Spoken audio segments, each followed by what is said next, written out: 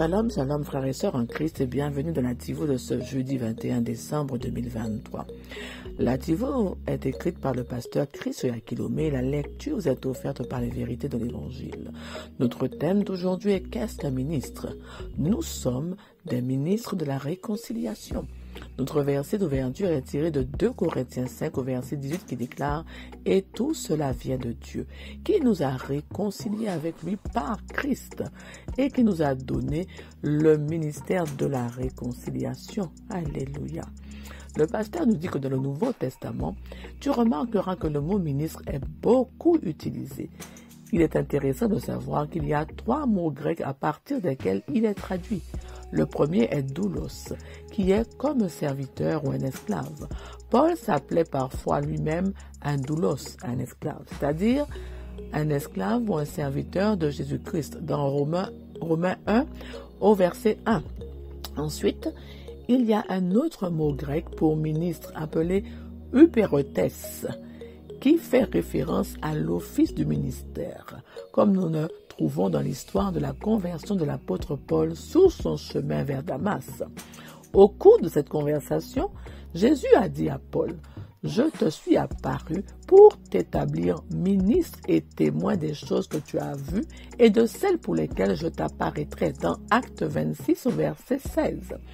Et le troisième sens du mot ministre est celui qui s'applique à chaque chrétien.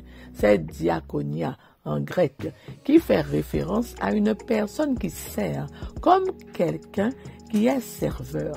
Dans Acte 6 au verset 4, il est utilisé pour décrire le ministère de la diffusion de la parole. Et nous continuerons à nous appliquer à la prière et au ministère de la parole. Nous avons tous la responsabilité d'être des serviteurs de Christ, des serviteurs de son message et les uns des autres. Tu as la responsabilité d'être un témoin de Christ et de transmettre l'évangile aux autres. Dieu a fait de toi un ministre compétent de la réconciliation dans 2 Corinthiens 3 au verset 6. Alors, déchaîne-toi pour le Seigneur. Ouvre la bouche et proclame sa parole de salut avec assurance partout où tu te trouves. Il compte sur toi. Alléluia.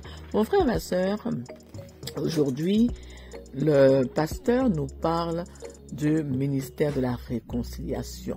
Il dit, qu'est-ce qu'un ministre? Et nous avons entendu parler de ministre dans le gouvernement. Qui fait de la politique, un agent du pouvoir gouvernemental chargé d'un ministère, à la tête d'un ministère.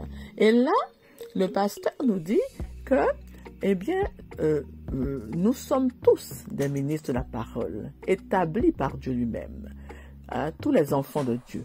Quand je dis tous, c'est tous les chrétiens, tous les enfants de Dieu. Dieu lui-même nous a réconciliés avec lui par Jésus-Christ et il nous a donné la charge de rapprocher, de réconcilier chaque homme avec lui. Donc, nous sommes les ministres dont parle le pasteur. Alléluia. Nous avons la charge de ce ministère-là, de réconcilier les hommes avec Dieu. Le pasteur nous explique que le mot ministre revêt 3 sens. Le premier étant l'esclave, le serviteur du Seigneur. Et comme l'apôtre Paul lui-même qui s'est identifié comme un esclave qui obéit en tout point à son maître. Le second fait référence à l'office du ministère. Et le troisième désigne chaque enfant de Dieu, chaque chrétien au service de l'évangélisation, qui prêche la parole, qui diffuse l'évangile de Christ. Notre rôle et notre responsabilité d'enfant de Dieu est de transmettre la bonne nouvelle de l'évangile. Tout enfant de Dieu doit servir la parole par tous les moyens techniques à sa disposition en 2023. Mon frère, ma soeur, nous avons des outils performants, efficaces pour impacter, pour diffuser l'évangile pour un grand nombre. Amen. Il s'agit donc de transmettre la bonne nouvelle de l'amour de Dieu pour tous les hommes, afin que tous parviennent à la connaissance de la vérité et que tous soient sauvés. C'est merveilleux. Le rôle que Dieu t'a donné est un rôle primordial. hein, d'emmener les hommes à connaître l'amour de Dieu, hein, à changer de vie, à donner leur vie à Christ. C'est essentiel pour chaque homme. C'est en effet le droit de chaque homme, de tout homme, de savoir que Dieu leur a manifesté le plus grand amour, qu'il a sacrifié, qu'il a donné son Fils unique pour que quiconque croit en lui ne meure point, mais qu'il ait la vie éternelle. C'est le don de la grâce de Dieu, la source du salut pour tous. Et c'est tout à fait simple. Et quand tu crois dans ton cœur, il suffit de le déclarer de ta bouche pour que l'Esprit de Dieu, Dieu vienne habiter en toi par Jésus-Christ. Quand nous étions, nous, encore pécheurs, n'est-ce pas, ennemis de Dieu, éloignés de Dieu, eh bien, Christ est mort pour nous à la croix. Il est ressuscité afin de nous justifier et nous introduire dans la présence de Dieu. Alléluia. Que nous vivions par lui. Il est venu, Jésus-Christ, pour sauver le monde par amour. Il s'est fait serviteur, il s'est fait obéissant jusqu'au bout. Mais comment faire? Donc, nous, en tant qu'enfants de Dieu, nous devons témoigner de l'amour de Dieu, être au service de tous les hommes, hein, témoigner de l'amour de Dieu à travers nos paroles pleines de vie, à travers nos attitudes, notre comportement, par notre service aux uns et aux autres, pour que notre vie même puisse manifester Christ, le transportant partout, pleinement dans notre monde, démontrant la nature même de Christ, témoignant de sa grandeur en nous et manifestant de son caractère. Nous devons montrer les vertus et les perfections de Dieu qui nous a arrachés vraiment des ténèbres et nous a conduits à son admirable lumière. Alors Dieu t'a établi, mon frère, ma sœur, et il t'a équipé. Hein? Tu as la plus puissante aide qui soit par le Saint-Esprit. Donc tu as donc toute capacité, toute compétence par le Saint-Esprit. Ce n'est pas de tes propres forces ni de ta propre capacité, mais par le Saint-Esprit qui te rend capable et de réussir toutes choses. Donc, il te rend capable d'accomplir ce ministère jusqu'au bout et de le réussir. Mais pour manifester Christ dans ton monde, tu dois le connaître. Et pour cela, tu as la parole de Dieu qui est à disposition. Alors étudie, médite la parole, car plus tu connais Christ, plus tu te connais toi-même, hein, toi qui as reçu sa vie. Et c'est cette même parole enracinée en toi par l'étude et la méditation qui va te rendre audacieux, zélé, enflammé pour ramener de nombreuses âmes, de milliers d'âmes à Christ.